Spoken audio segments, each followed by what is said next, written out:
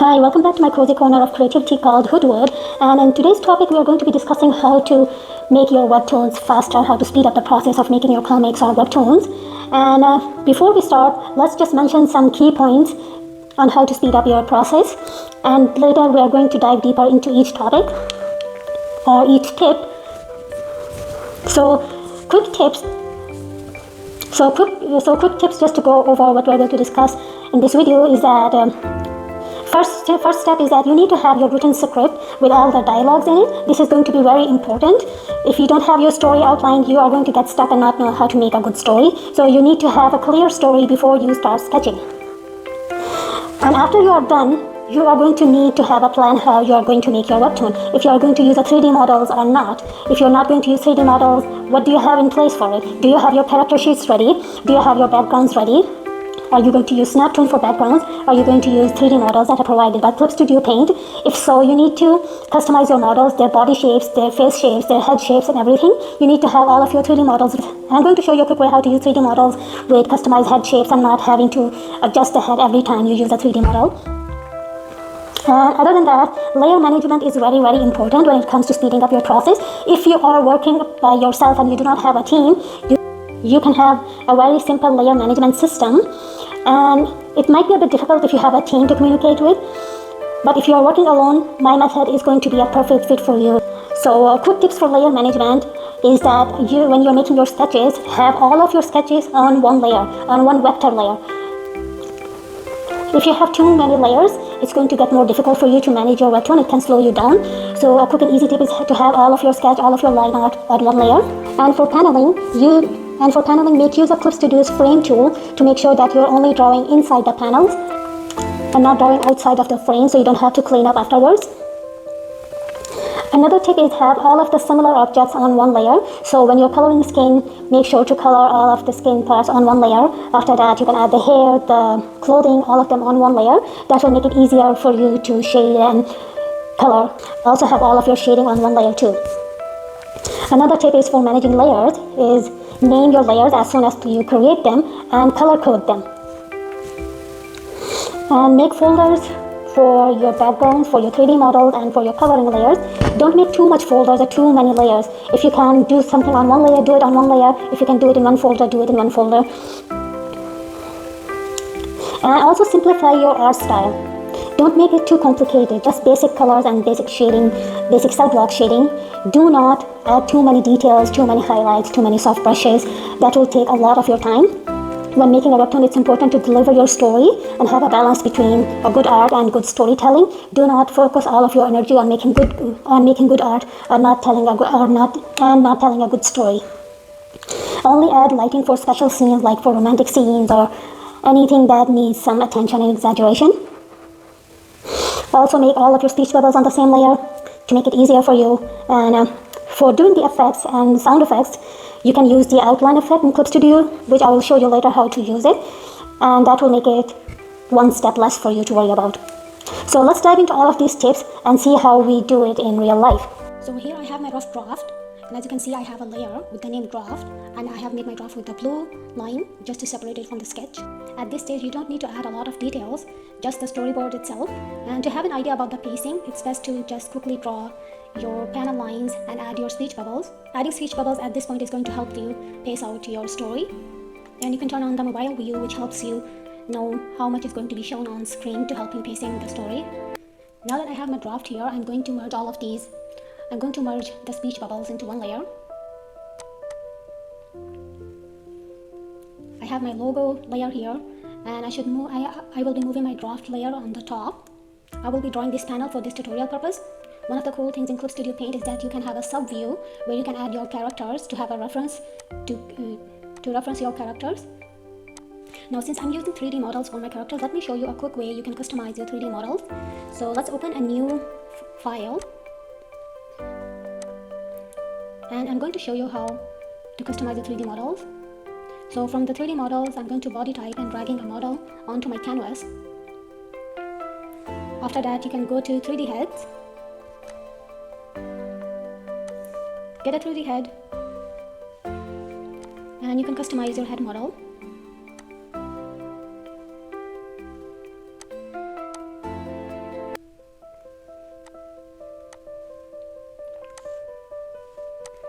After that, go to the setting and object list.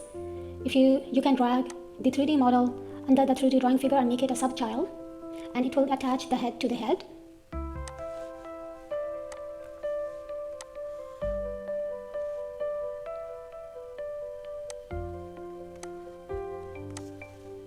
If the head is poking through the original head of the model, you can make the head smaller so that it can fit inside the 3D model.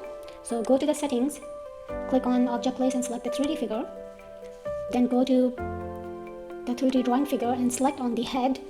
And if you drag it to the left bottom corner, it will become smaller. You can also extend the neck to make it fit inside. So let's click on the neck and make it taller.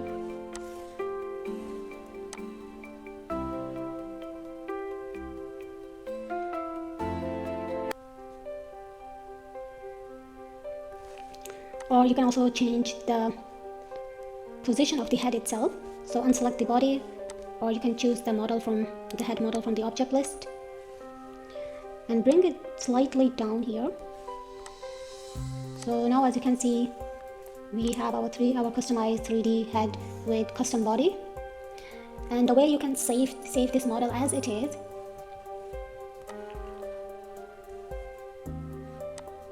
open the material folder, select a folder from here, and make sure that on this layer there is no other 3D model or object. So what you are going to do is drag this layer to the folder. After that, you can click on it, click on the settings and change its name. So let's delete this layer and see how we can reuse this model and add a pose to it. So I'm going to drag the model onto the canvas, and from poses I'm going to select a pose and add it to the body. As you can see, the head is attached to the body perfectly. With a custom head and custom body shape, we have our character set. You can use the 3D models to trace over your characters quickly or reference them. Let's close this window for now. And the same way that I showed you, I have my characters already saved. So what I'm going to do is bring my character here, or before that we're going to make a frame. So let's add a layer for frames, or let's add a layer for sketch and frame, both of them. Let's add a vector layer for sketch and name it sketch. And because I used black line to do my line art, I'm going to use the black color to color code this layer. Now I'm going to add a frame, and it will automatically create a layer. Or let's add a new layer and then create on it. Now I'm going to add a frame by clicking on this frame border here and choosing a rectangle.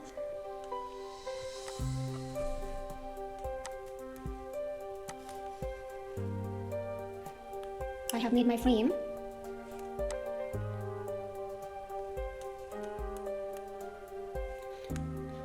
Let's drag our sketch layer inside the frame.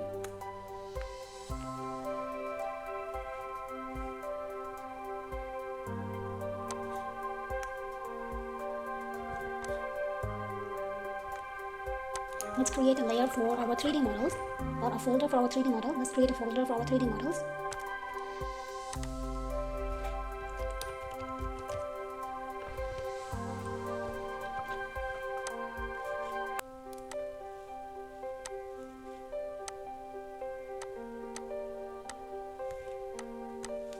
Let's choose our character from this folder.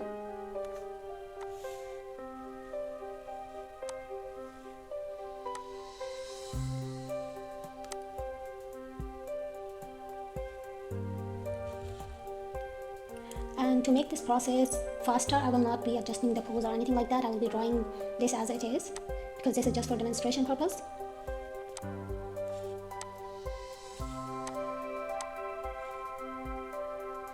Now if your model layer is on the wrong place, just drag it to the folder of 3D models.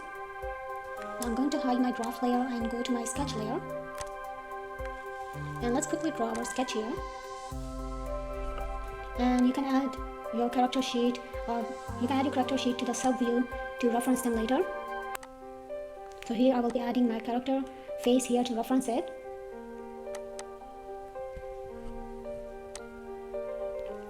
And one of the tips that you can do is save parts of your drawing to reuse them again.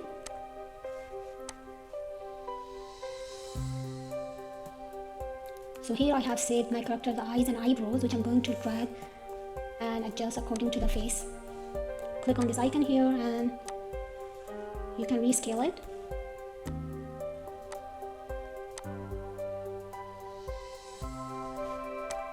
And if you feel like the line art has become very thin,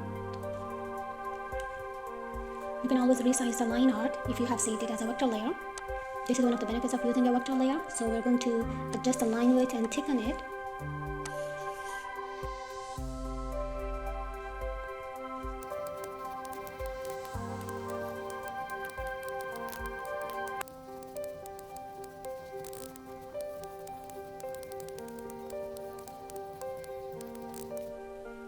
Now that our line art is complete, we are going to add a new folder for our coloring part.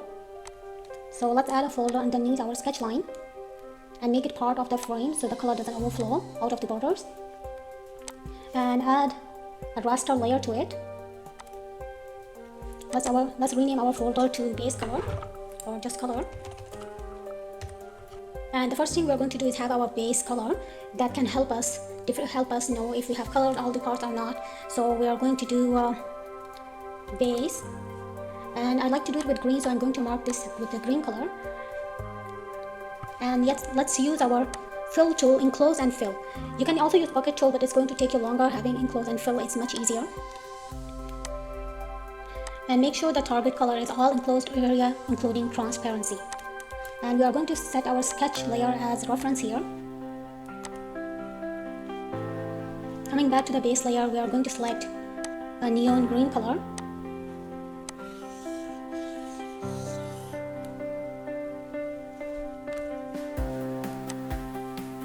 Make sure that your reference point is not all layers, but just the reference layer.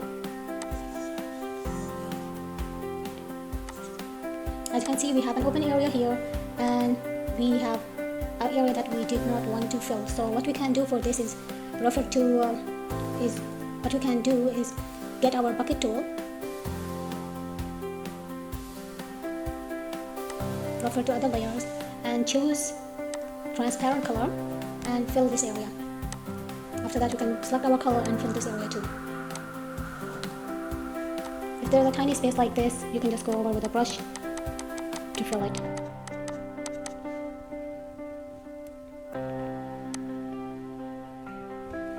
This base layer is going to help us determine if we have did all of our coloring. So once you have this base layer for all of your panels, because I'm for demonstration purposes, I'm only doing one panel right now, but I would recommend doing it all. Like for every step, do all of the panels.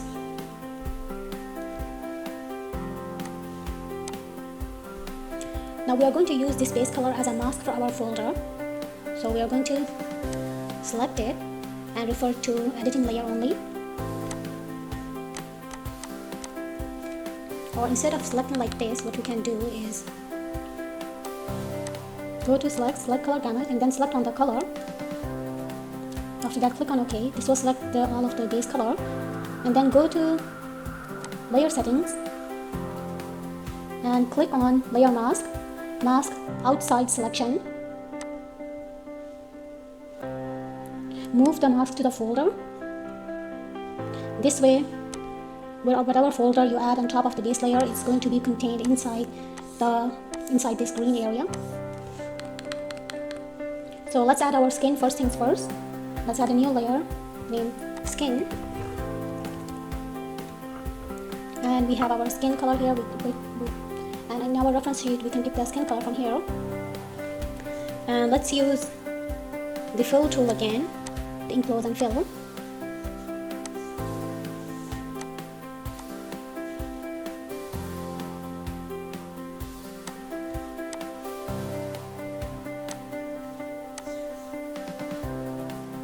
And if the color is outside of the intended area, do not worry about it, as we are going to add more layers on top of it.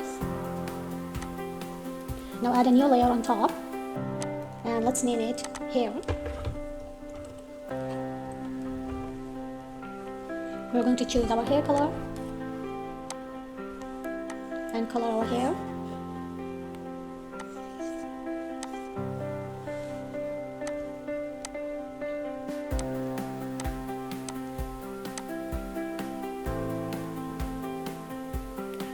Now let's color the clothing. Add a new layer. Name it clothing. And let's choose this color. Now we have our base color set. What we're going to do is add a shadow. So we're going to add new raster layer, and this is going to be the shadow of the character. If you want to have shadow on the background, you're going to do that on a different folder or a different layer. So let's set this layer to multiply.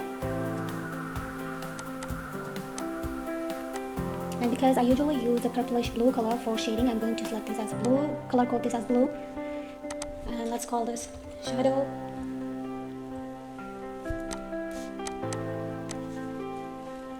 And let's use our enclose and fill tool.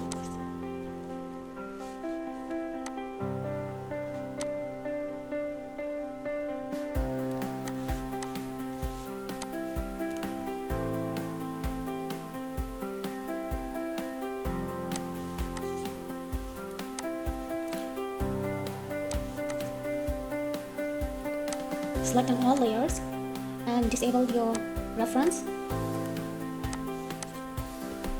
This way you can shade all of the intended areas. So let's make some shadows here.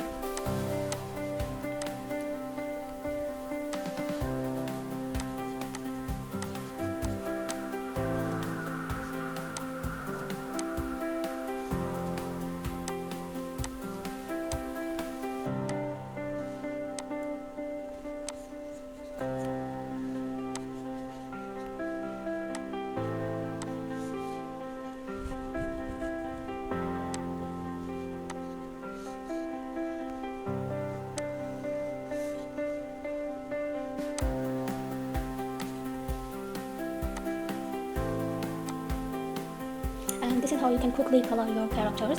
For the eye part, you can have pre-made eye stickers which you can add. So in this instance, we have these blue eyes for Hazel. We are going to add this here. Click this icon here. Resize it and bring it over here. Okay, let's do it for the next part too.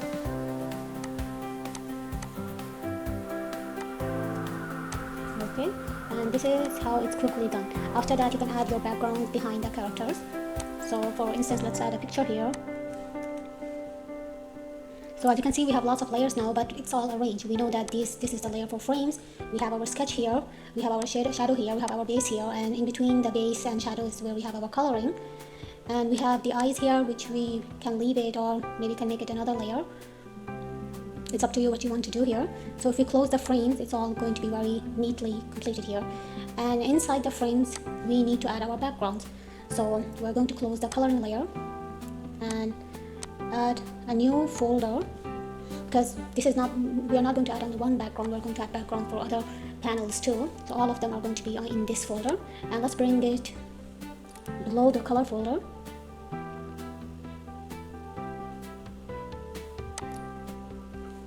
Sorry, it went inside. Make sure it's below it, not inside it. So in this folder, let's add a layer, and let's use a 3D panorama to add a background.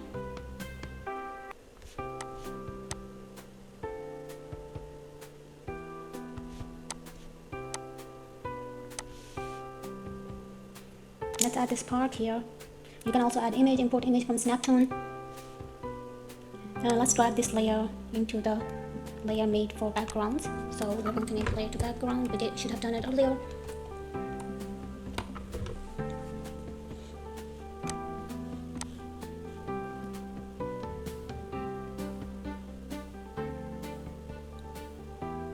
Okay, let's choose here and rasterize it.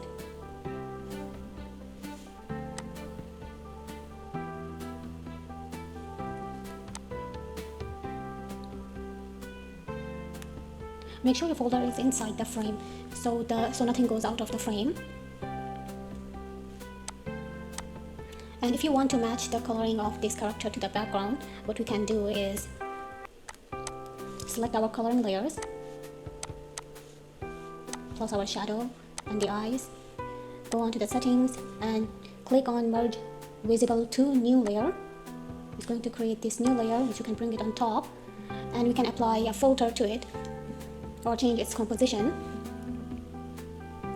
So let's go to filter and quick filters, apply to current layer. Let's zoom in.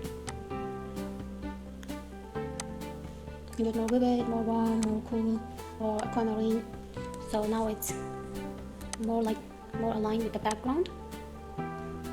Okay, and here we have colored our panel.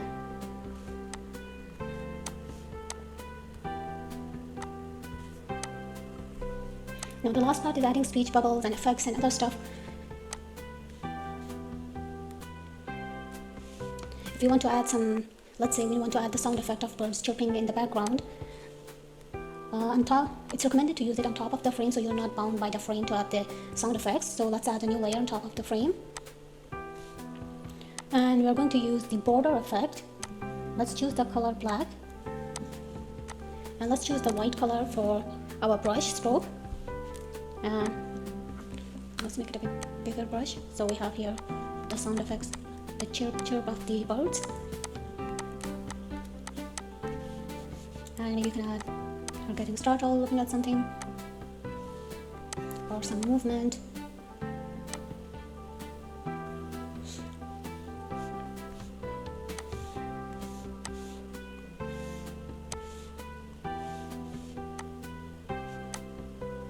And we can add our speech bubbles on top.